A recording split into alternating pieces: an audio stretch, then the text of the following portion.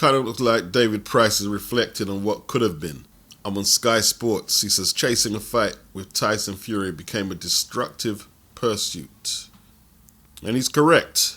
At the time, Fury and Price was the biggest fight that had the potential to be made in the United Kingdom. No disrespect to David Haye, but for those who ain't familiar, he really hurt the pay-per-view system on Sky after his fight with Vladimir Klitschko. First he had the fight with Audley Harrison. That was the first sign of things to come. How Audley talked his way into the title fight, I don't know. This was for David Haye's WBA title. Vladimir was the super WBA title holder. David had the regular belt. Big build-up over here. Big build-up. It done 200,000 buys, and neither man barely for a punch in the first two. David landed some big punches in the third and got Audley out of there. Disappointing. Very disappointing. Audley should never got the shot. David should never have accepted it. We all know this. You know, Amir Khan had the thriller against Marcus Maidana, and then the stinker against Paul McCloskey, who just fought this weird defensive fight that seemed to throw Amir's offense totally off. That done 200,000, and I think that was on the back of an expectancy after the thriller with Marcus Maidana, which only done 164,000. How does Khan Maidana only do 164,000, but Haye Harrison does 223? Frank Warren, he put Groves versus DeGale on. Excellent fight, only done 43,000. Now, before we start saying, that's terrible. No, they were just some young British prospects at the time. It's not a bad number. This was for the British title or something like that. It's not as bad as it sounds. But it was when David Haye fought Vladimir Klitschko in 2011, 2nd of July. 1,143,000 pay-per-views bought. And I don't want to say Haye bottled it, because I think David Haye is one of the better British fighters in recent years. I'm very reluctant to say that. But he blamed it on his toe, and Derek Chisora ridiculed him about that in the press conference after he himself just challenged Vitaly Klitschko very valiantly, actually, and he put up a good performance, unlike Haye did against Vitaly's brother. And the fight was then known after that as Toegate. They had a fight at the press conference, Derek and David, and then they had the big fight at West Ham. That was not on Sky. That was on Box Nation's own pay-per-view format, one of the few, if any, other pay-per-views they did. I think that's the only pay-per-view that has been on Box Nation. I could be wrong. The amount of hype and headlines that the Munich brawl between Haye and Chisora courted meant it was a huge gate. 30,000. They sold 17,000 tickets on the first day. So the gate was a success. The pay-per-view itself, because of the complicated nature of accessing Box Nation at the time, the sign-ups and all this and that, and not really being an established pay-per-view format, probably didn't do that well. I haven't got the numbers. I don't think it did that well. That's what I remember hearing. But after the Haye-Klitschko fight, Sky didn't do another box office until 2013. Froch versus Kessler. David Haye had no interest in fighting Derek Chisora. Let's get that straight. David didn't have some big grudge, or I need to settle the score. I mean, he done all the damage in the fight anyway in Munich. He floored Chisora, glassed him, as Derek said. David had no interest in the Chisora fight. The only reason he took it is because Sky rejected a potential fight with him and Vitaly. They rejected it. Sky at that time looked like they was going to move on from the box office format with boxing after Haye and Vlad. Haye made these pictures of Vladimir and Vitaly's heads decapitated and put them on t-shirts and stuff like that, and it just didn't manifest in the ring. We was promised all his violence and he just didn't turn up. And Jeff Powell, he done a article saying that Haye is just making it worse by making the toe excuses. It's funny, Powell's talking about what we talk about today. He says that Americans tend to rubbish the heavyweight division because they no longer have a contender, let alone a champion of their own. But heavyweight boxing is actually thriving where the power resides, and he's talking about the Klitschkos. This is 2011. Haye Klitschko was watched by 16.28 million on terrestrial television viewers in Germany. as he gave David Haye a boxing lesson. Powell pointed out the collateral damage that was done. He said, British world champions like Amir Khan were forced off Sky onto the fringe primetime cable network, and Carl Froch was not able to utilise the pay-per-view after his commendable performance in the Super 6 tournament. And remember I made a video asking who was the lineal champion? Well, let me tell you this. Jeff Powell knows more boxing historically than most of you could flip in talk about. He said Vladimir was hugely impressive on Saturday against Haye, and the presence of Lewis in Hamburg's football stadium was a remember that the vital force called Vitali is the rightful linear WBC champion. This is a great article. He says less than 48 hours after David Haye's embarrassment in Hamburg, this coming Saturday's Sky Sports show in London was cancelled. The official reason is that Kevin Mitchell has fallen ill, but there is no doubt that it's a viral infection which has forced promoter Frank Warren to put back his clash with John Murray. It now becomes the co-feature to the world lightweight title defence by Scotland's Ricky Burns against Nicky Cook at the Liverpool Echo Arena on Saturday week, July the 16th. But the disappointment of Haye's performance against Vlad would hardly have helped sales at London's XL so soon after that defeat, and ticket holders are invited to apply for refunds. So, I don't know if he's implying there that they cancelled the show because of the backlash in British boxing, because the Sky subscribers who paid for it, they weren't happy. They was not happy with Haye's performance. 2 years, we didn't see a box office after that. In the build-up to Haye Chisora, Derek mentioned it. He says, you off the pay-per-view for British boxing. Yeah. So it was a strange time in British boxing. You know, Britain didn't have anyone capable of displacing the Klitschko's. David Haye certainly couldn't. Derek gave it his best, but he lost a wide decision against Vitali. Let's keep it real. But there was this kid from Liverpool, Big Dave, who won a bronze medal at Super Heavy in Beijing. He actually beat Tyson Fury despite Tyson decking him with an overhand right. I don't think it was a qualifier for the Olympics.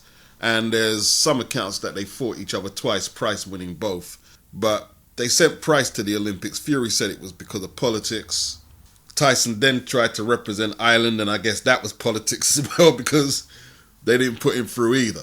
So he turned pro in 2008. He was on ITV, terrestrial television. He was young, around 18 or 19 when he turned pro. And there was some decent performances, some indifferent. I don't think a lot of people were thoroughly convinced about Tyson. Then he fought John McDermott, a fight that many say he lost for the British title in 2009. McDermott was pretty experienced. He was 25-5. Fury was 7-0 when he took him on. Price turned pro in 2009. He's 6 years older than Fury, so he's a little more mature. And his performances look a little more assured. I mean, there was the stage where Tyson Fury uppercutted himself in the face against Lee Swaby, and he had all the baby fat on him, and he just looked very awkward at times. Price knocked out around 8 opponents out of 10, and then he starched out Raphael Butler, who was supposed to be pretty durable in a round. I think that was the 10th fight. And then he had the showdown with Tom Dallas, who was 15-0, and he destroyed him very quickly as well. And at this stage here, the hype is heavy. It's starting to get heavy on a domestic front. Now, Tyson Fury, he rematches John McDermott for that British title, and he destroys him in 9 rounds. In 2010, in 2011, Channel 5 put their first boxing card on, and it's a barnstormer of a fight where Tyson Fury, unanimously, but in a very competitive fight, Chisora was overweight. Tyson adds the Commonwealth title to his British title. It's an excellent start for Channel 5, and they've never really followed up that excellent start in 2011. And now he's British and Commonwealth champion. But rather than fight David Price, he gives the belts up. In his next fight, he's floored by some cat named Pajcek, who was undefeated at the time, to be honest, Nevin Pajcek, 16-0. He hadn't beaten anyone of note, but he was unbeaten. Tyson is floored in the second. He gets Pychak out of there in the third. Tyson Fury is fighting for the Irish heavyweight title. There's some strange stuff going on with Tyson Fury. Like, he starts this big rant at Barry McGuigan for fighting for the British title back in the day. But he fought for it. But Fury fought for it. So he TKOs Martin Rogan in the Odyssey Arena in Belfast. I've got the box rec up here. 5th round. Martin Rogan was a cab driver, basically. But he was tough and he had a bit of a punch. Like he beat Audley Harrison somehow. On points. And that was his claim to fame. Tyson Fury's fighting for the Irish title. At this stage, David Price rolls over John McDermott in 1 round. This is an eliminator for the British title. He rolls over Sam Sexton in 4 for the vacant Commonwealth and British titles. Yeah? Destroys Audley Harrison in 1. At this stage, the David Price fan base are loud. Then when he rolled over Matt Skelton in 2012, because that year, Pricey had 4 fights and none of them went 5 rounds. Like, he rolled over John McDermott 1 round, who arguably beat Tyson Fury. Sam Sexton crushed Sam Sexton. Audley Harrison broke up Audley, and then Matt Skelton. Although Matt Skelton managed to get Dave on the ropes, and that's when people started to say, I don't know if the defense is there. I don't know if the inside game is quite there. And I remember after that fight saying, if a Mike Tyson-esque style gets inside Pricey's long arms, he won't be the same fighter. And then people started going mad. As if Mike Tyson could beat David Price. They believed that David Price would just brush Mike Tyson away, like swat him away. What are you talking about? This is the absolute truth. And let's call a duck. Tyson Fury ducked David Price. And that's all there is to it. There are some people who are still impressed with Tyson Fury after the Kingpin Johnson performance, where he boxed a beautiful fight. The switch hitting was in play. And this was the style that he started developing with Peter Fury. And Peter was a recent acquisition as Tyson Fury's trainer. And David Price was right. This was the biggest talk in British boxing at one stage, is a potential David Price Tyson Fury fight. What next? If we're going to look at defending the title, Matt Skelton's out there, but if Tyson Fury wants to come and fight instead of being a cad and twittering on Twitter that he wants to fight, let's go. There's £500,000 on the table. He's never seen that. We will make that fight next if he's brave enough to come forward and stop using Twitter to send that stupid message. That was late 2012, and then came 2013, a pivotal year in both of their careers. Early February, Tyson Fury pulls out very late in the stages of the purse bids between him and David Price. He pulls out. This was for the British title. Peter Fury goes public and says, I apologise, but we're going a different route. We're looking for world-ranked opponents than going for the world title. Now, David Price, in February, takes on the aging Tony Thompson, who in his previous fight had lost in 6 to Vladimir Klitschko. And he looked a shocked fighter in this Klitschko fight, especially if you compare his first challenge to Klitschko, which he lost by TKO in 11 in 2008. He looked shot. 36-3 Tony Thompson, who was probably at least 40 years of age at this stage here. At least. I mean, he was old.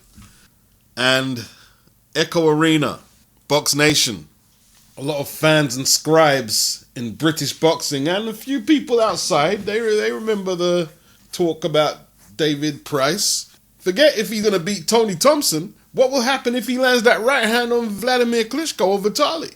Thompson was actually 41, his heaviest ever, looking fleshy around the midsection. First round, relatively uneventful.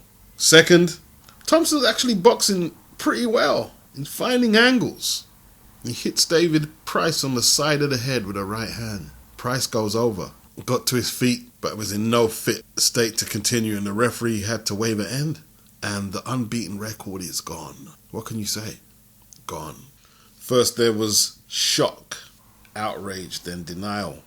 The punch was illegal. It hit Pricey around the back of the ear. Illegal punch. Excuses. Pricey's left ear was perforated before the fight. The punch hit him right on the spot where it was perforated. After the post-fight press conference, Frank Maloney collapsed. He was given oxygen, taken to hospital for further checkups. A little while after that, Tyson Fury barely escapes with his O against Steve Cunningham in Madison Square Garden. He's put on the canvas and outboxed for lengthy periods of the fight. He manages to use his forearm to good effect, pressing it against Cunningham's jaw and chest and then getting the leverage to finish him off with that right hand. Cunningham, a career cruiserweight who had lost 3 of his last 4, gave Tyson all he could handle. Let's just say that. I picked Steve Cunningham to win. A lot of people said I didn't know nothing about boxing. I only picked him because Tyson was traveling to America. He didn't have Peter Fury with him because of Peter's previous criminal convictions. Very inexperienced Tyson Fury. And I thought, yeah, well, maybe Steve could get him. But he escaped, got back to the UK with his O intact and not having to worry about people saying he's ducking David Price anymore because now David Price has got Tony Thompson worries. But after the Steve Cunningham fight, you had to ask yourself, is Tyson Fury going off the rails? Because he signed to fight David Haye late in 2013. Haye pulls out with a cut. Okay, Tyson Fury is frustrated. He's took a lot of time to prepare, set up camp and whatnot. No fight. Reschedule for 2014. And David Haye pulls out again. He's making these videos. Oh, my career's over. I can't fight. My shoulder is so badly injured. If I fight again, my shoulder will explode and all this business, yeah. And Tyson Fury was furious with David Haye. Absolutely furious. Let's just say that.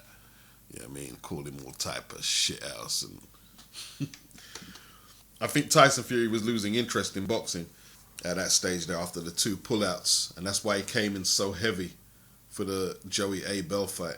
He was basically inactive for 10 months. Of course, David Haye came back in 2016, to fight a couple of laughable opponents. Let's just say that. They had good records statistically, but we know what it was all about. This was just a money grab. I mean, David's selling out the O2 Arena. He's very popular in South London. He'd done it twice. He managed to get a Freeview channel, Dave, to broadcast the fights. And he was making dough. he was making a whole load of dough doing that until Tony Bellew called him out on it and Haye's ego got the better of him, and 2 fights later Tony Bellew ended his career. Around that time we're looking at the Tony Thompson rematch for David Price. A lot of people were saying that David Price should not immediately rematch Tony Thompson, although aging is a tricky southpaw and very ring savvy. But that's what they did. Echo Arena, a few months later, they brought Lennox Lewis on board. I think Lennox was trying to get Pricey to use his feet better. And it was just such a strange evening. Like, Lennox wasn't exactly in the corner. He was on the ring floor and seemed to be waving instructions for whatever good that could do. I'm sure David couldn't hear him. David floors Thompson in the second, but can't keep him there. And Thompson guns him down in the 5th. Good fight, but another losing effort from Price. That's 2 losses in a row to a 41-year-old. Disaster. Frank Maloney is pointing the finger at Lennox saying this is your fault. He has a breakdown. When he's interviewed, he bursts into tears, and it's just, it's just one of them moments in boxing that you're just not going to forget. He turned into a woman shortly after that, Frank Maloney. Crazy.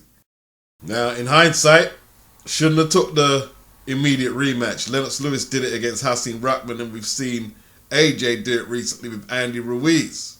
There's no science to it. You're either able to make the adjustments or you don't. And Price wasn't able to do that. Price comes back in 2014. He signs with the Sauerlands and exits the UK, trying to rebuild. Fights in Germany, Denmark, has 4 fights with the Sauerlands abroad, and then he takes on Erkan Tepe in Germany for the vacant EBU heavyweight title. Never seen anything like it in my life, man. Tepe came out like a mad person, not giving Price any room to work. Brilliant tactics. Price is struggling to deal with the volume and the pressure in the first round. Struggling hard. Second round, a left hook nearly takes David Price's head off, and he's knocked out. Tepe had previously failed a drug test following his EBU title winning efforts against Nufel Uta in 2014. And I'm not going to go through the whole research of what happened between the EBU and the German boxing board, but there was cross wires where there really shouldn't be in the procedures for such matters. And Erkan Tepe's win still stands against David Price. And then later we found that Tony Thompson had elevated testosterone levels. I believe in the second David Price fight they found this. And Price's career is in tatters right now. It's in absolute tatters. July of 2015, crisis. It's just total crisis. Tyson Fury, on the other hand, doesn't look that impressive against Joey Abel. Looks overweight, 274 he came in. Then has the virtuoso performance against Derek Chisora in the rematch, it has to be said. Vacant British title, EBU title. And Chisora retires in his corner at the end of the 10th. Thoroughly outboxed. Like no one had seen a Tyson Fury like this. And Derek came in shape. Then came the Christian Hammer performance. Thoroughly outboxed him and stopped him. The Christian Hammer fight was early 2015, and shortly after that, Tyson tested positive for nandrolone. The results of the UCAD testing was suppressed for whatever reason. You could go look them up. And Tyson went on to challenge Vladimir Klitschko in November of 2015 and thoroughly outboxed him. He weighed in at a sleek 247 and put on a boxing clinic. That's all what could be said. In Germany, you know, the fact that the scorecards are reading 115, 112, 116, 111, 115, 112, which is absolutely ridiculous. Like, them 115, 112 cards are ridiculous. You know, that tells you how dominant he was in Germany, that he could get UD scores like that, you know, even though it was wider. I couldn't understand what I was watching. I just couldn't get it. What happened to Vlad? He was outboxed by this big gypsy. That's what happened. Tyson Fury is the unified champion of the world. And nobody was talking about no lineal shit right now. He had 3 straps, WBA, IBF, WBO. Deontay Wilder had just won the WBC early that year. But unlike Fury, he waited for the WBC belt to go vacant so he could fight Berman Stavern rather than challenging Vitaly Klitschko while he was active or challenging Vladimir for the 3 straps he had. We're going into 2016 now, and at this stage, David Price is fighting 8-rounders at Goodison Park on the Tony Bellew Lalonga Makabu undercard. Followed that with a 6-rounder against Perkovic in Germany in relative obscurity. His opponent had 22 wins and 30 losses. It seemed as soon as the boxing world was celebrating the changing of the guard when Tyson Fury beat Klitschko, he lost it all. If he had let the fight go to purse bids, he wouldn't contractually be obliged to take Vladimir Klitschko on in an immediate rematch, but financial incentives led Team Fury to accept the rematch clause. But the IBF are mandating Tyson Fury to fight an Eastern European named Glashkov. He opts to take on Klitschko, and he's stripped of the IBF belt 10 days after winning it. Charles Martin, an African-American heavyweight, undefeated, is victorious in a fight for the vacant belt. Glashkov injured his leg and couldn't continue. it all started spiraling out of control. Tyson Fury was being held up by certain sections of the media as the Antichrist, basically. They accused him of sexist, homophobia, and all types of hatred speech. He tested positive for cocaine. The British Boxing Board of Control was set to discuss removing his license, which they did. He voluntarily vacated the WBO and WBA titles to focus on his immediate treatment and recovery. He also had the UCAD case looming over his head. The Klitschko rematch never materialized. First he pulled out with injury, and then, he blew up in weight. And we never saw him in a ring again until June of 2018. At this stage, Anthony Joshua was just going about his career. Olympic super heavyweight gold medalist, 15-0, all stoppages. Just beat Dillian Whyte in an all-British showdown pay-per-view. They challenged Charles Martin for the IBF belt and win it. Win it in 2. That was in April 2016. Beats Vladimir Klitschko. Huge pay-per-view numbers, 90,000 at Wembley. That brings in 2 belts. The Joseph Parker win brings in 3, squeezes in a few defenses in between the unifications, all stoppages. In 2019, loses to Andy Ruiz. Immediate rematch, wins all his belts back, and he's still unified champion. The cash cow of modern day boxing. Pricey continued his career while Fury was on the sidelines. He was on the undercard of Eubank Jr. versus Renault Quinlan, which was for the IBO super middleweight title. That was box office on ITV. It was quite an entertaining card, and Pricey and Hammer brought the house down. Let's just say that. I was cheering Pricey on that night, man. I was cheering him on. What a brawl it was, man. Like, if you can find it on YouTube, go check it out. But he lost.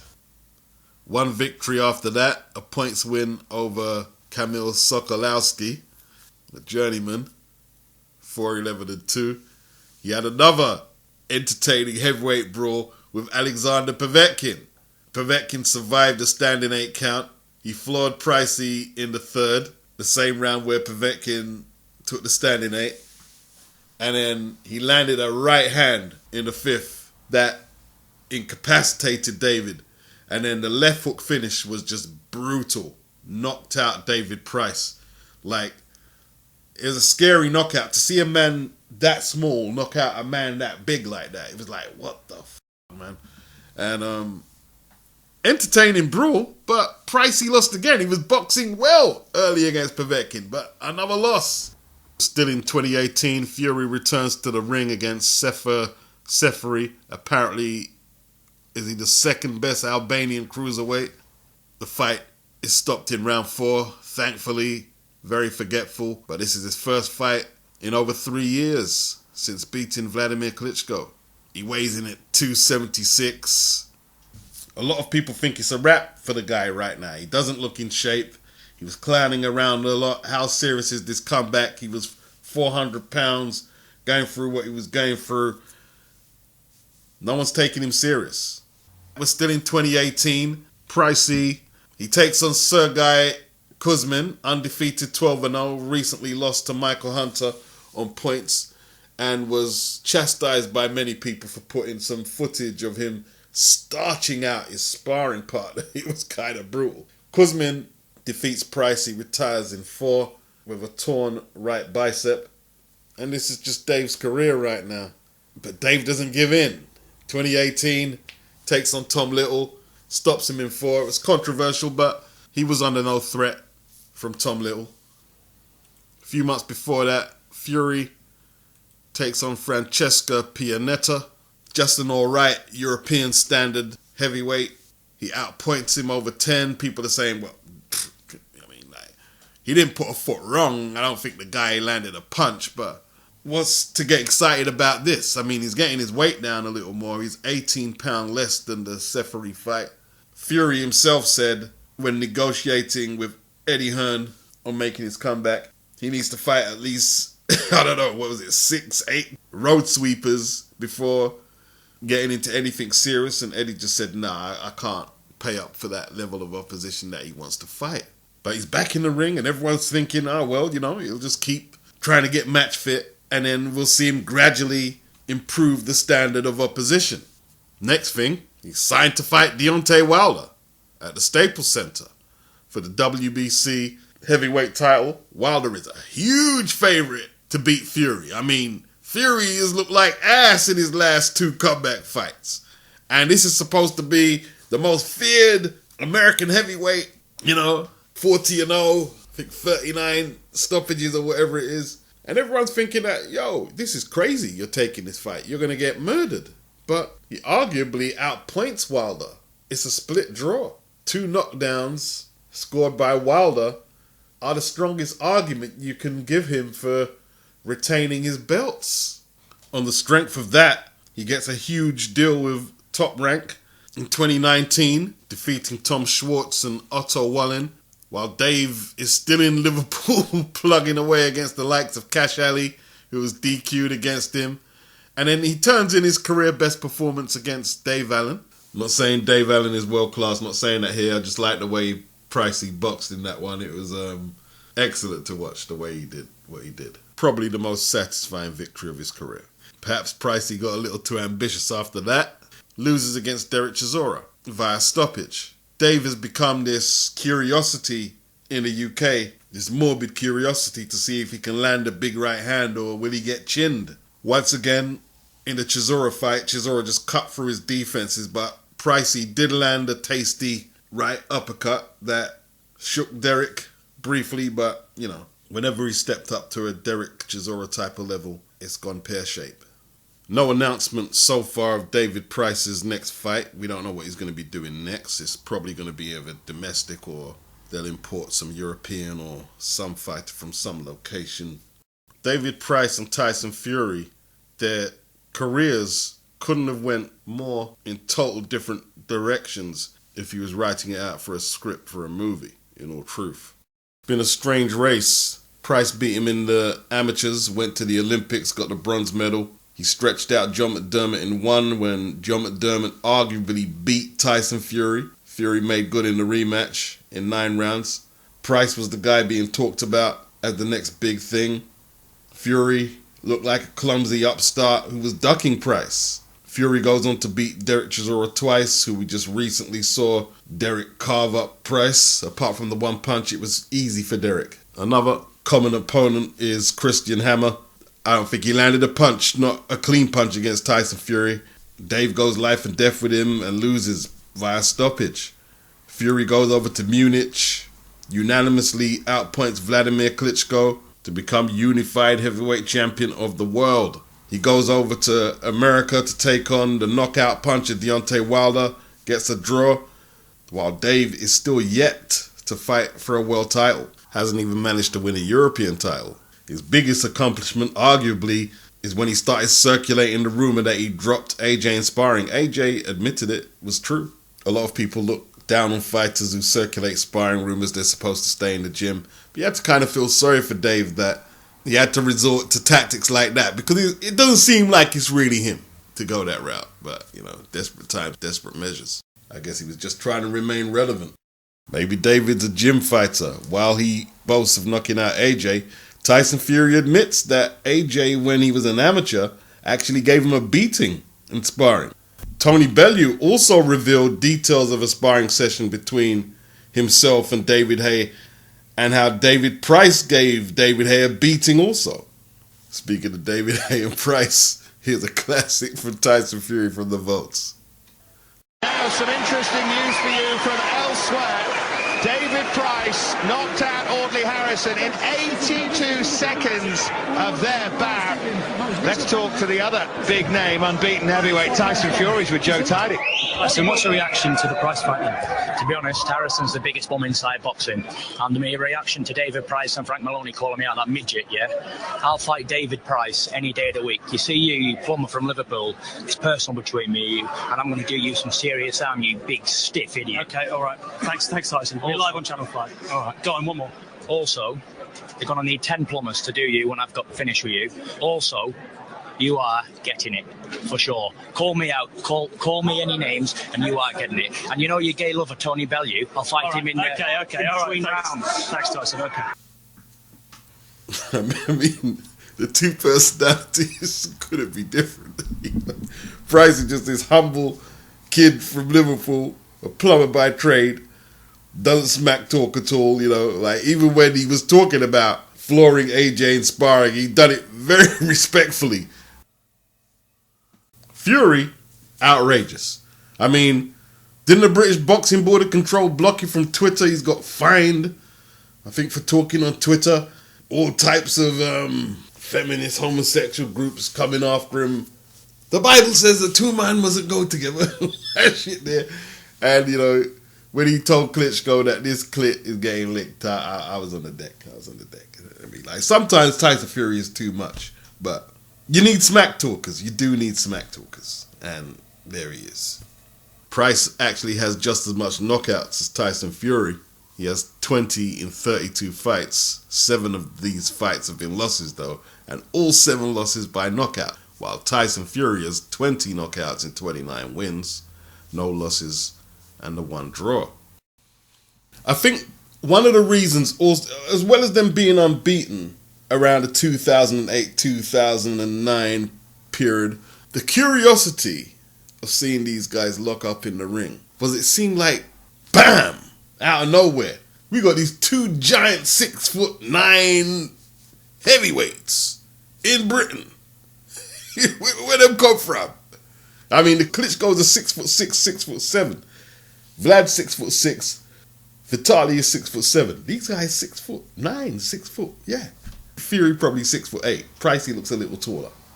So this one is titled "The Tale of 2 British Heavyweights." I hope you had as much fun with this video as I had making it. Peace.